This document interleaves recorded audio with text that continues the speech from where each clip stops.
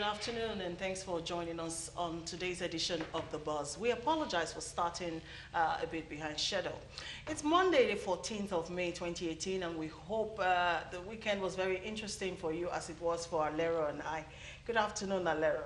Good afternoon, Patience. How are you doing? I'm fine. It's great to be back on the show. And you know something? Last week in Lagos was actually traffic lockdown. I really don't know what was going on in Lagos because everywhere was actually bumper to fender. From I guess from Monday to Saturday or Sunday morning, everyone was pretty tight. I don't know the activity that was going on in Lagos State anyway. Well, a beautiful Monday afternoon to you out there. And you are into the authentic program on television where we'll bring to you what's trending on social media. Yes. Patience, and I gotta say I'm loving your new look. Thank you very much. You know, I'm getting some air upstairs, so it had to be done. All right, welcome to the show. It was a very important weekend in Nigeria this last weekend. But before we go into our area of discuss this afternoon, let's quickly introduce our guests on the show today. We have ever constant, ever regular, our Monday tonic, Mr. Ikem Okuhu here, who is a public relations expert, and he's also a social commentator. Good afternoon, Mr. Ikem. Yeah, good to be here and talking about your hair. When you do it for 6 months, you know how much you're going to save. You know how much you'll be saving. I hope you're not going to go back to Mrs. Okuhu and say, cut your hair. Well, that's a prerogative, but one day we'll talk about the numbers. Okay, thank you for joining us, sir. Okay, also we have, making a first-time appearance on the show, she's the chairman organizing committee for NACI. Well, she'll tell us what NACI is about, but I know it has to do with trade and all of that. Mrs. Gertrude Ahime. Good afternoon, ma'am. Thank you for joining us. Good afternoon, ma'am. Thank you very much. So what's NACI about? NACI is the Nigeria Association of Small-Scale Industrialists. Okay.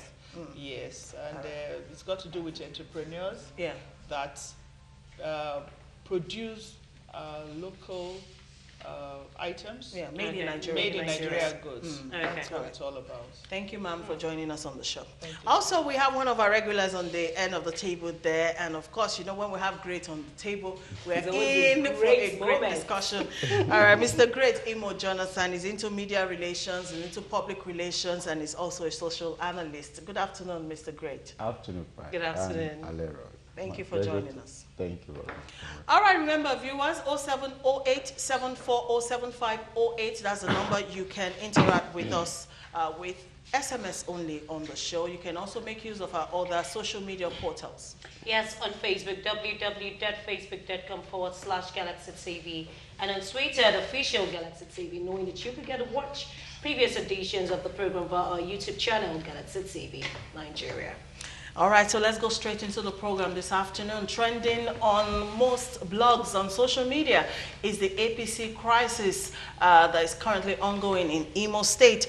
And we hear that the state chapter of that same party shifted its Saturday's local government congress to today, Monday, following an attack by hoodlums on the party's state secretariat on Friday.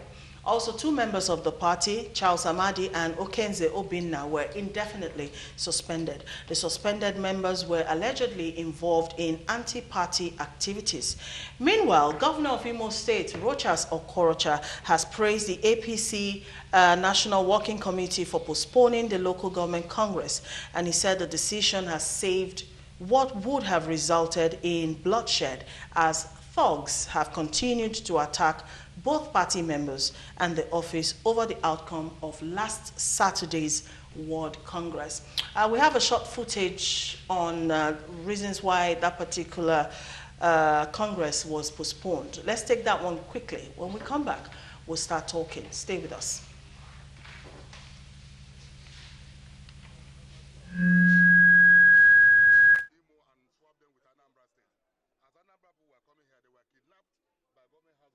And had been detained in the government house until a few hours ago when luckily the Commissioner of Police was able to intervene and got them relieved.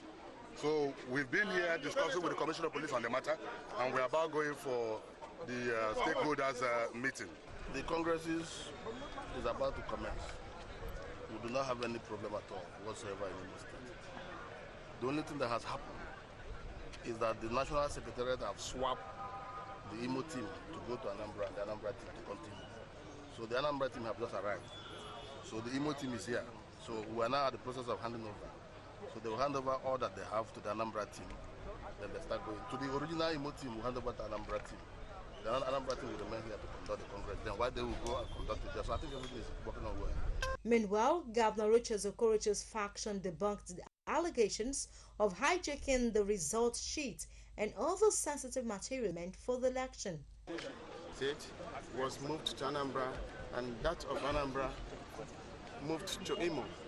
And they've come here because we went, one of their instructions will be to hold stakeholders meeting with stakeholders, tell them the processes, but unfortunately we were there, we waited for a very long time.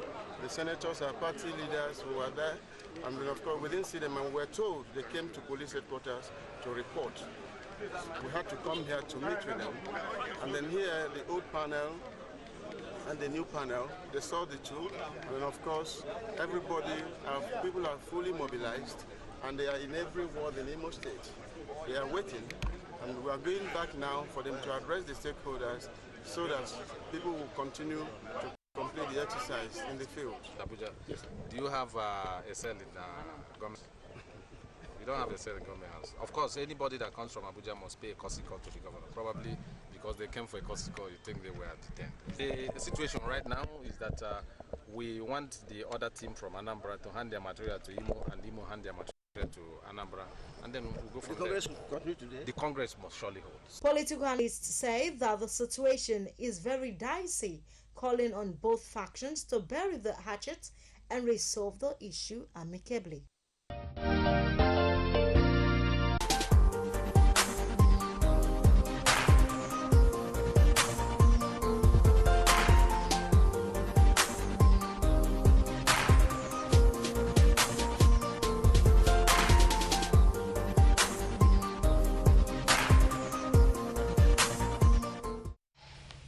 Welcome back from that. All right, gentlemen and lady. Yeah, we saw the clip there, and of course we must have seen on social media and read in the papers all the ongoings within the APC, as it were. The last of the crisis we reported here at the table was from Ekiti State. Now Imo State to having their own share of the whole thing. Mr. Ikem, how do you react to this recent crisis? Well, I think while not denying that there are schisms here and there, but I think most of the time the media actually overstates some of these crises. Okay. One, it serves our purpose because we are creating products we're going to sell. But the truth is political crisis is actually a major selling point for political parties. If they don't misunderstand, there won't be consensus at the end of the day. It's a gathering of people from different backgrounds, different interests, different ambitions, and they are bound to disagree. But how about the image of the party itself? Anywhere in the world, political parties quarrel, especially at primaries, where you have 2, 3, 4, 5 or more people contesting for the same position, they must quarrel. The important thing at the end of the day is how do they arrive at a resolution of the crisis? Does it eventually break them? Do they create an understanding at the end of the day that this person has won and won fairly and squarely, and then we need to move forward?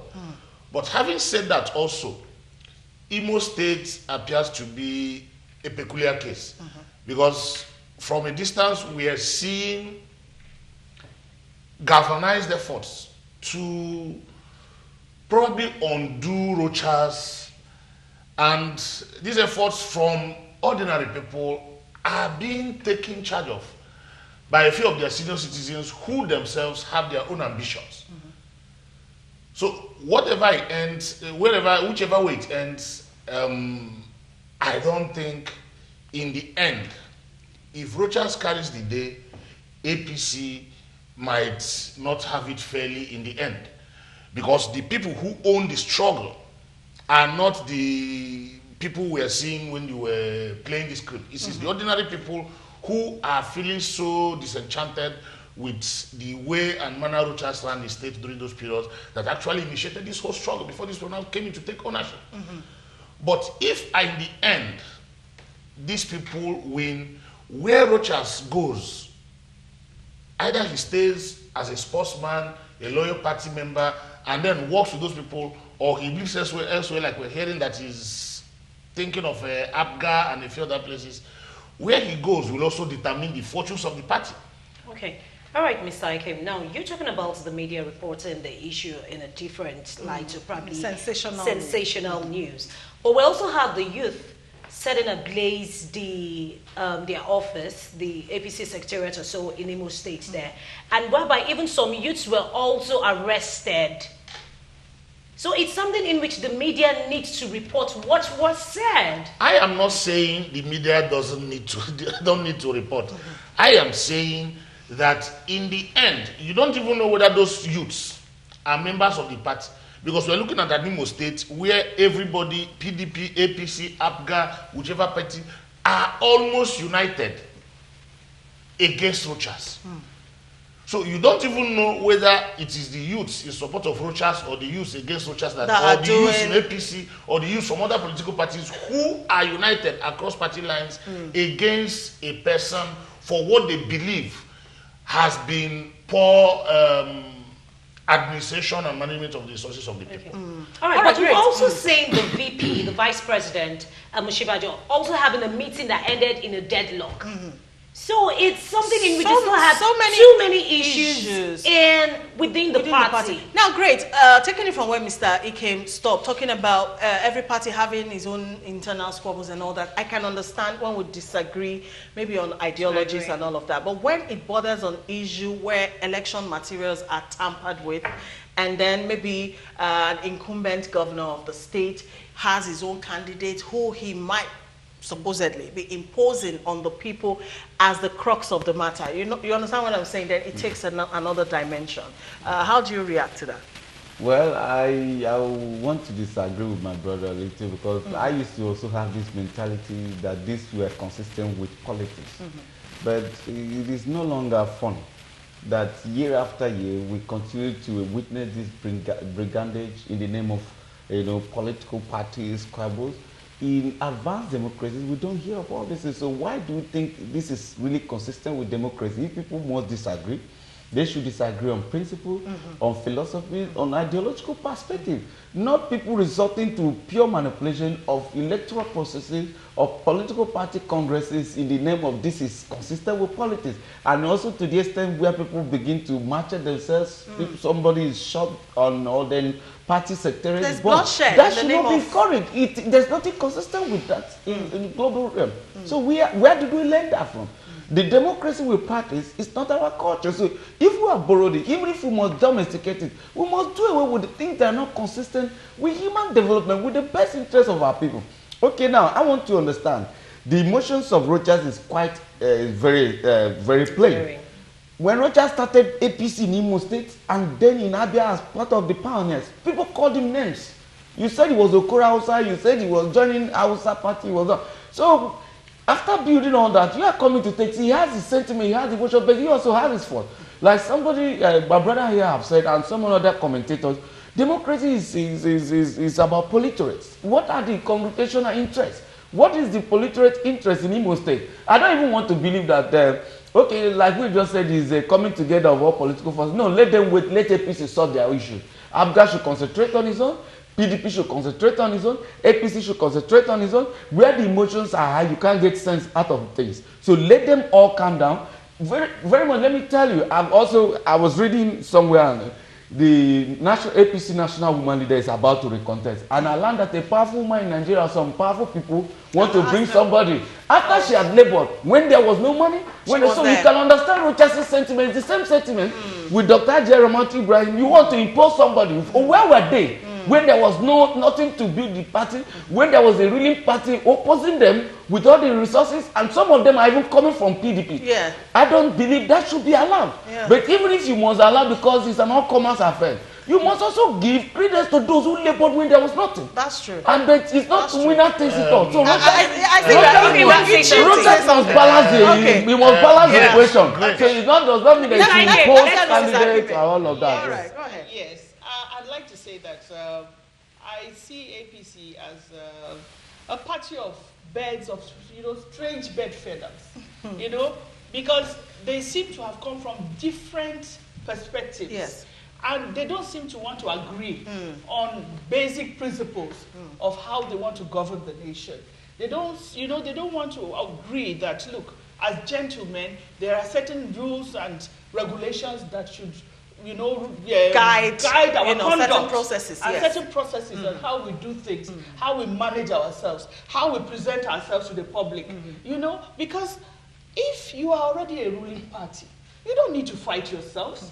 You need to sit down and agree on how you want to present your candidates, how you want to bring yourselves out, and my brother was talking about somebody owning a party. Nobody owns a party in this country.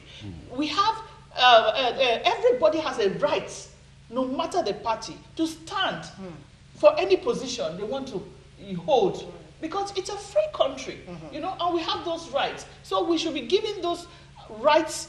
If they stand, and the person who says that he has labored for the party and has done well for the party, then he should also present himself. And then let the masses vote that person in. If they so think that that person is capable of doing the job, But to now impose candidates and feel that, this person has worked, owns this party, and has a right to this party, it's wrong. Okay, Mr. Ken. You see, when I was saying, thank God you addressed the issue of somebody working for the party and others. When I wanted to say that when all some of these things happen, that is actually marketing for the political party, we look at what happened to PDP. We must go down and look at it and understand that PDP lost last presidential election because of what APC is not doing now. There was almost total lack of democracy in their selection processes. True. The governors forum that threw up Anarchy and a few other people as new PDP, which effectively broke down PDP at the national level, happened because there was a democratic process of electing a chairman of that forum, and the president then wasn't comfortable with it, and 16 became higher than 19. And then those guys left. If you look at how when someone that became PDP national chairman, thankfully I was heavily involved in the process then. I was a consultant to one of the candidates. They were agreed that it was going to be at Diego Square. Let the person who gets the highest number take that thing. Yeah. On the eve of election, around midnight, they had a meeting in the villa, and Mr. President appealed to them, please, other party leaders before me selected who was to become the national chairman. Why is my own case going to be different? Right. And they said, okay, let's defer to you, pick the national chairman, let the governors forum then, spearheaded by Anarchy, produce the secretary, and then they shared out the other offices like that. What happened? The secretary became loyal to the forces that brought him to power. Bamanga Tuko became loyal to Asorok, and the party continued sustain a regime of crisis that eventually led to its during the party collapse. That election. We get you. You understand what I'm saying? Yes. So when they fight in this healthy way doesn't include the killings, the burning of places, but they must disagree. They are strange bedfellows like you are. And understand one thing, there is no political party in this country except the National Conscience Party that was driven by any ideology, that had people sharing the same perspectives. Who make up the PDP? You had the old progressives and the conservatives of the NPN, MPP, all of them gathered in the same party. Who are the people in present APC? NPC, what's the Buhari's party then? CPC, MPP, and faction of Abba. Look at Buhari's background and those who were in CPC. You can couch them in one of the ideological baskets.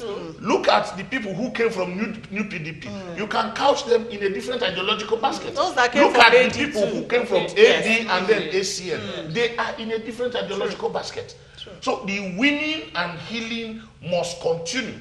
Democracy is alien to us. Yes, we brought it in. But it's not even totally alien, because if you come to Nigerian society, there are some nations and nationalities in this country that had been more democratic than even what we practice. You are an Igbo man, I'm an Igbo man. Yeah. And the way democracy was practiced where I come from, the way decisions are made, that is pure, undiluted democracy at work. We are not there yet, but believe me, they must continue to fight. Let them stop the killing, but let them continue to disagree. Yes. Let them continue to allow the final deciders, which is you and I, to go to that place, either as members of political parties or as electors, to go and vote. And in doing that, but those consensus that they are going to meet with VP, they are holding clandestine meetings to meet, it is unhealthy. That is what destroys people. And if APC doesn't learn, you know, my concern in doing what they are doing, we must be consistent with, you know, giving our children a legacy that is quality of emulation. If you want to have a political party, this in primaries or Congress, whatever it is, whether the person is popular or not, make it open, transparent. What we are dealing with here is a case of even the chairman of the Congress in